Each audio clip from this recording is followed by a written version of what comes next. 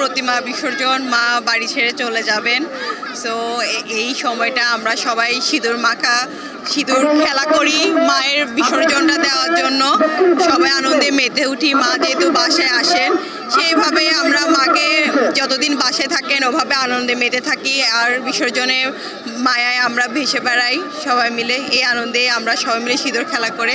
মা যেন আগামী দিনগুলো আমাদের এভাবে সুন্দরভাবে আমাদের রক্ষা করে, সব কিছু থেকে সকল সমস্যা থেকে দূর করে, রোগ শোক সব কিছু দূর করতে পারে, এই আশায় আমরা মায়ের কাছে সবসময় রেখে থাকি।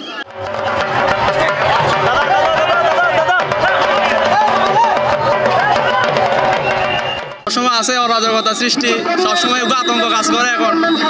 এখন সরকারও মোটামুটি চেষ্টা করে দেশের মধ্যে পরিস্থিতি করিবার লাই, আর প্রশাসন যথেষ্ট চেষ্টা করছে এবছর আরো নিরাপত্তা দিবার লাই। খুবই খারাপ লাগছে, মা দুর্গার জন্য অনেক কষ্ট লাগছে।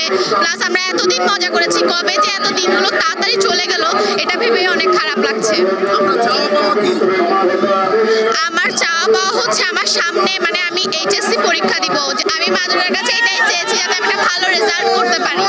মা যার কাছে আসলে খুব বেশি খারাপ লাগে, কারণ মা আইবার সময় যে আনন্দ গান আর তাকে মনে মনে প্রায় গত 1 মাস ধরে মা আসবে এই যে চিন্তাধারা আর ভিতরে যে আনন্দ আয়োজন, কুয়াশার ছোট ছোট বাচ্চা হলো যে শপিং করা, মা কখন আসবে, সে যে মহালয়ার সুর, মহালয়া থেকে সে শুরু করে মা আইবো এই যে চলে যার বেশি খুবই দুঃখের বিষয়।